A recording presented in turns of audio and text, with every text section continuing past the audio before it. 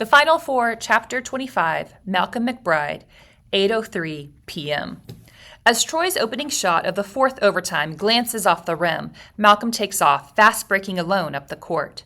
He knows it's a gamble, that without him boxing out Red Bull, the Trojans have an extra man to try and grab an offensive rebound and score. But by releasing early, Malcolm easily sneaks behind the Trojan defense. MJ out-hustles a pair of Trojans, rebounding the ball for Michigan State. In an instant, he catches sight of Malcolm running ahead of the field. Then MJ delivers a bullet pass, hitting Malcolm between the numbers in full stride. Even while dribbling the rock, Malcolm is flat out the fastest player on the court. He's already several steps ahead of his nearest defender and pulling farther away. Nearing the foul line, Malcolm is preparing to explode out of his shoes. He wants to tear down the iron with a slam dunk that'll shake the Superdome and the Trojans' confidence. Planting his left foot, Malcolm cups the rock inside his right hand, securing it with his powerful wrist and forearm. With the camera's shutters clicking and the roar of the fans building in his ears, Malcolm leaps forward. And it's just as he's ready to pound the rock home, he reaches back for something more, to punish the rim for every trial his family has ever been put through. But that glint of revenge throws Malcolm off by a mere millimeter. His dunk rings off the back of the iron, and the rock ricochets 20 feet into the air, as if it had wings. Malcolm's momentum carries him past the basket and out of bounds, and the ball lands in the hands of Rocco Bakic, who leads his Trojan teammates in the opposite direction. So again, for all his talk, Malcolm does make mistakes out there on the court. Okay, he's going so fast and his mind, is so focused on this basket. And he's like, this is for everything that's ever happened to me and my family. So he's thinking about that, takes his mind off the game for a singular second and misjudges where he needs to be for that dunk and doesn't make it in. So he can get mad at his teammates for all he wants, but he himself occasionally misses baskets too, as we've seen in this book. We now have a flashback, March, nearly 4 weeks ago. As Malcolm walked off the court after basketball practice, he noticed Coach Barker eyeing him. He was beat tired and wasn't in the mood to hear Barker about the inbounds plays he'd screw up. So Malcolm bowed his head and tried to walk past. "McBride," said Barker, who called Malcolm by his last name whenever he was upset at him. "I received a text from Miss Thad. She'd like to see you in her office in 15 minutes. "Coach, I'm too spent to fill out any kind of paperwork now," said Malcolm, running a fresh towel across his forehead. "Paperwork, huh? I hope that's all it is," said Barker, pounding a ball against the floor. "Get it taken care of pronto. I don't care if you have to crawl there." Malcolm watched the slits of Barker's eyes grow sharper and asked, "Is there something more I should know about this?" "Just go see Miss Thad, McBride," grumbled Barker. "I'll let her do her job before I have anything to add." Then, without saying another word, Barker walked over to the free throw line, where he started shooting foul shots by himself. After Malcolm showered and left the locker room, he crossed the street to an athletic administrative building and climbed a flight of marble stairs. A secretary sitting in an outer office told Malcolm that Miss Thad was waiting for him. The letters on the frosted glass read, "Miss Thad, Director of Compliance." So after practice, Coach Barker tells Malcolm, "Hey, you got to go see Miss Thad. She has some questions for you." Okay, but he doesn't know what it's about. And so then Malcolm walks over to her office, and we find out that she is the Director of Compliance. So she's making sure all the rules are being followed. For example, that athletes aren't taking money or being given things, because that would be against the rules of the NCAA. Malcolm knocked on the wooden door frame surrounding it. "Enter," came a voice from inside, and Malcolm cracked the door open just wide enough to stick his head through. "You want to see me for something?" "Yes, Malcolm. Thanks for getting here so quickly," said Miss Thad in an easygoing voice. "Step inside, please." In the 6 months Malcolm had been at Michigan State, Miss Thad had talked to him a couple of times about his scholarship paperwork, and she'd given the whole team a speech once about all the little NCAA rules you could break by accident. She was an absolute hottie, probably in her early 30s. She usually wore skirts that hung just above her knees.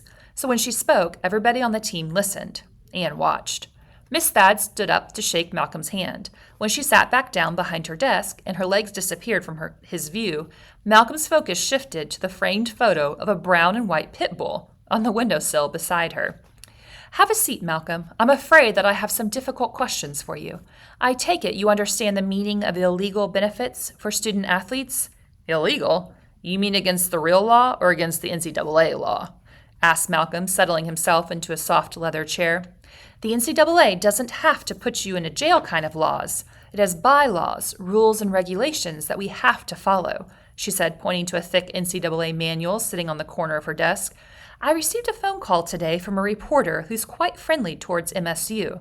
This reporter gave me a heads up that his newspaper is in the process of gathering information about a possible story concerning your family receiving illegal benefits because of your position here on the basketball team.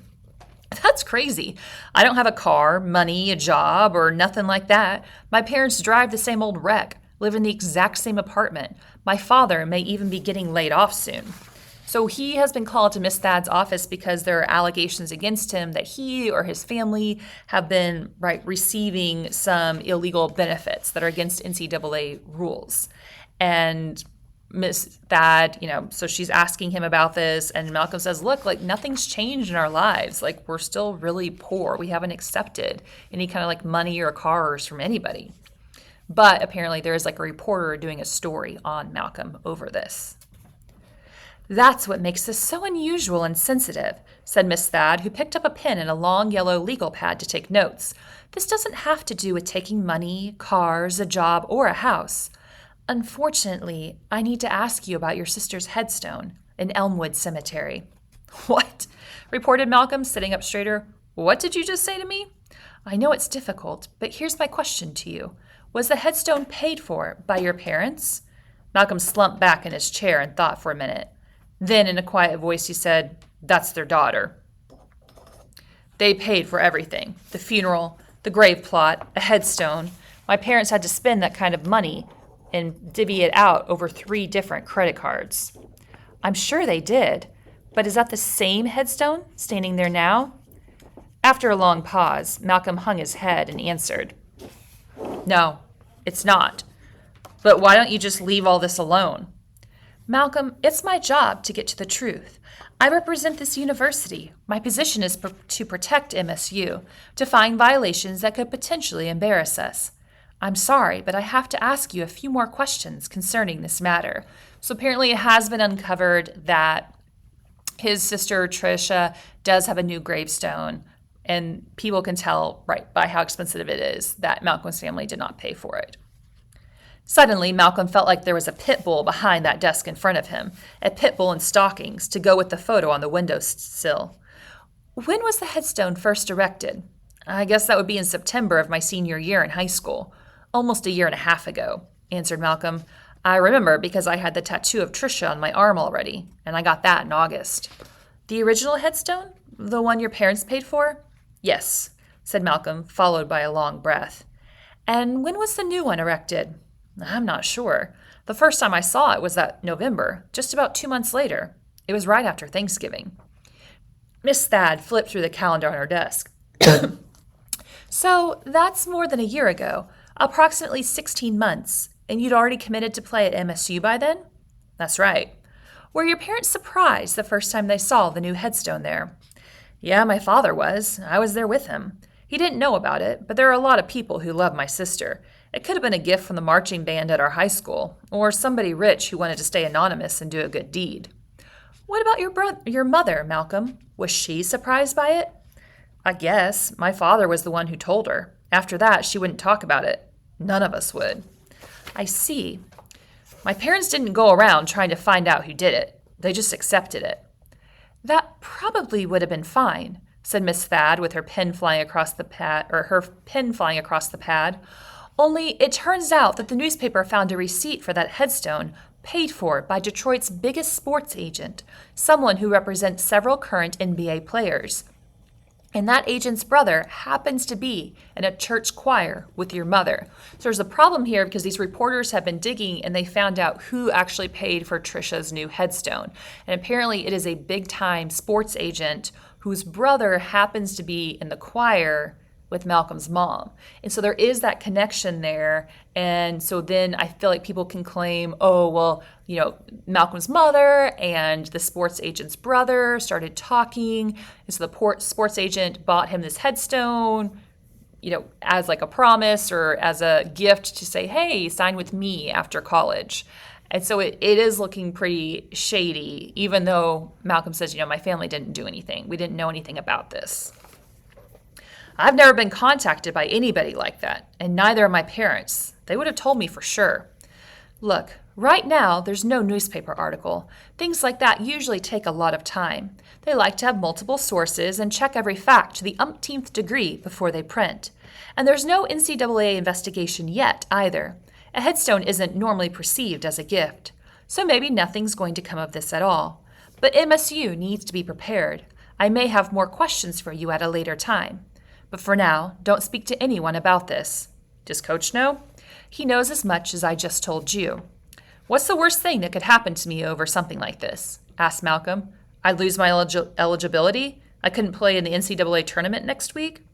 No, penalties would never come that fast. An investigation would most likely take several months, maybe a year, said Miss Thad. I imagine you'd be in the NBA by then. MSU, the basketball program, and Coach Barker would eventually pay the price. You'd be free and clear of the NCAA's authority. And that's supposed to make me feel good? Because it doesn't, said Malcolm, getting up from his chair and then walking towards the frosted glass door. I don't need these headaches. None of us do. Over what? Nothing. So even though there could be an investigation into this and punishments handed out, it looks like Malcolm wouldn't be punished in any way because the investigation would take a long time and he doesn't plan on returning to Michigan. And so the people that would get hurt are the coach, the basketball program, and ultimately his teammates, depending on what the punishment would be. And so you would expect Malcolm in this conversation to be like, oh, okay, whatever, I don't care. But we actually see he does have a little bit of heart. And he says, it doesn't make me feel good to hear of that. So perhaps he does care about his teammates and his coach and the basketball program to a certain degree, at least.